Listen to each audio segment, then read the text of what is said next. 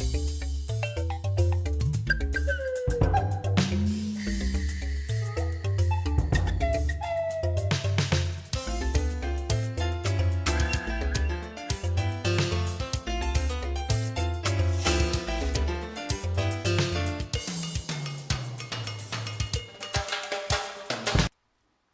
I'm Christina Haag, and I'm 51. Christina Haag. Christina, tell us about your turning 50, your late 40s, and your events of being 50. 50 really, changes in my life really happened before I was 50, big changes. Um,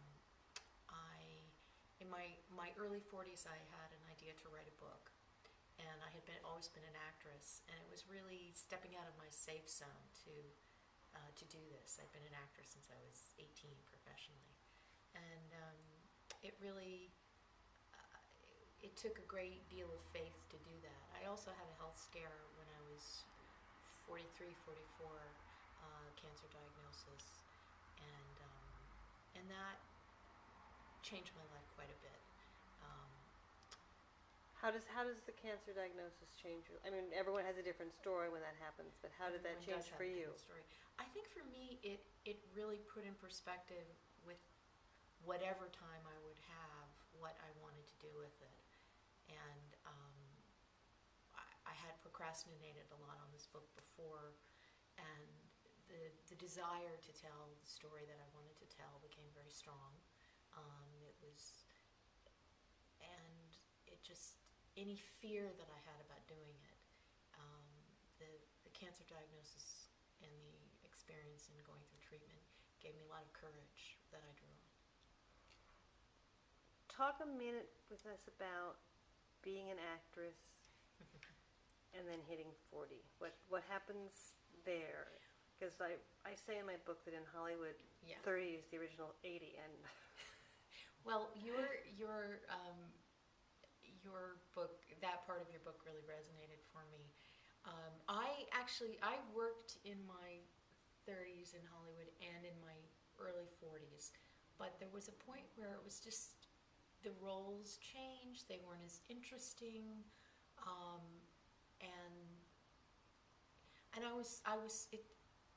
No matter how many times you're told it's going to happen, you're still shocked. I was shocked, and it got to a point where I also was no longer interested in fulfilling the other people's words. I had gone to Juilliard. I love great words. I love great plays. That's not always the case when you're doing television. Sometimes, um, but I no longer wanted to make other people's words alive. I wanted to tell my own story, and I fell in love with writing. and what was the story that you wanted to tell? The story that was really on my plate and sort of knocking at my door for quite a while was a romance and friendship that I had growing up with John Kennedy Jr. We met when we were 15 years old in New York City and hung around with the same group of people. And then we were in college together. We lived in the same house at Brown University and were friends. And 10 years after we met, we fell in love doing a play off Broadway, and we're together 5 years after that. And did like all your friends just want to kill you? No. No. Women didn't just like trip you in the streets and throw tomatoes at you when you walked by. Women did certain things then, but no, my friends were great. Were they? Yeah. And I think it was a story I could only tell. Well, first of all, it grew from grief of his death, and the way I handle things is I write things down. I know I probably share that with a lot of people, but it's always how I would deal with things, and I wasn't thinking of a book right away, but just memories were flooding in, so I started writing, put it away for a while, and then it sort of marinated with time, and I think it's only a story I could have told in my late 40s, mid 40s, when I really was writing seriously, because it is about looking back at youth and a youthful love and what that meant. How do you think youthful love is different than 50-year-old love? I'm not in love right now, so I can't tell you. But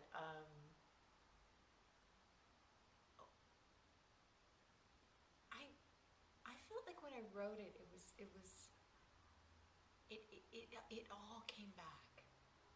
The sensory, everything about it came back, and it was almost like visiting it again. How is it different? Is there anything you miss about being young? Is there anything that when you wrote this book about being young and had to sort of go back to the place when you were very young? Were there things then? Because a lot of people say, 50 is the new 30, which when you go back to this book is around the time you're in your mid-20s to 30. Right? Mm-hmm. So that would have been. So did you see great differences from, now being, now you're 51, but who you were when you were 30? I think I heard someone else talk about memoir. It's almost like yourself at the time you're writing it is almost as much a character in the book as the self you're writing about. So it's almost, I will say what I had a sense of forgiveness for the person that I was then, and knowledge of how she was different, how she was the same, but I'll just say, and it's what everyone says, it's like, why didn't you appreciate what you looked like then? Why didn't you enjoy that body? And I didn't even have an amazing body, but you look pretty good now. Well, that's kind of you. But you know what? But I see young women, and I know, and they're so lovely, and just their skin, like just please enjoy it, and you know that they won't hear it, but if you're out there, young women, just enjoy that. It doesn't last, and it doesn't, and it's fabulous where you are now. But I just wish, why didn't you just enjoy that a little more? What you say is totally true. I spent my 30s always looking at everyone's legs and thinking, are their legs fatter than mine? And not actually enjoying that I didn't have wrinkles on my face. I didn't have cellulite, But it's really true. You don't realize how it's going to change. And you do. I remember being in my late 30s and starting to see like a little wrinkle here and there, and sort of going, that's fine. I'm fine with this, and I'm not.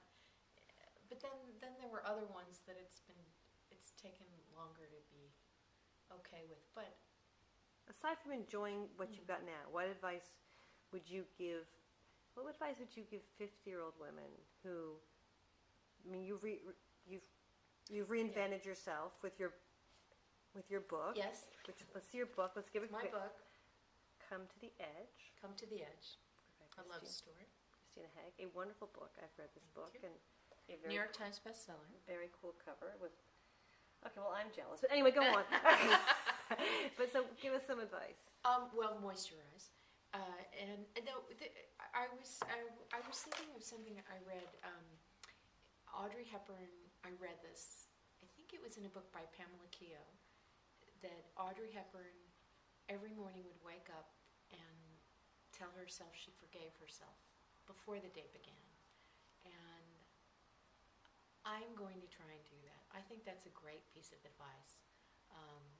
I suffer from wanting things to be perfect or this way or that way. But when I was going through the cancer diagnosis situation, experience, I don't know what to call it, I let go of a lot of that. You just had to, by necessity.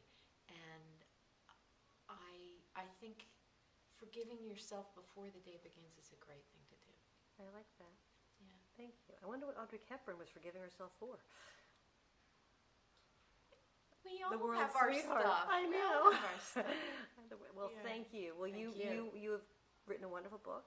You're Thank you. A wonderful woman and a beautiful woman. And thank you. may the next 40 years be fabulous. Thank you for having me.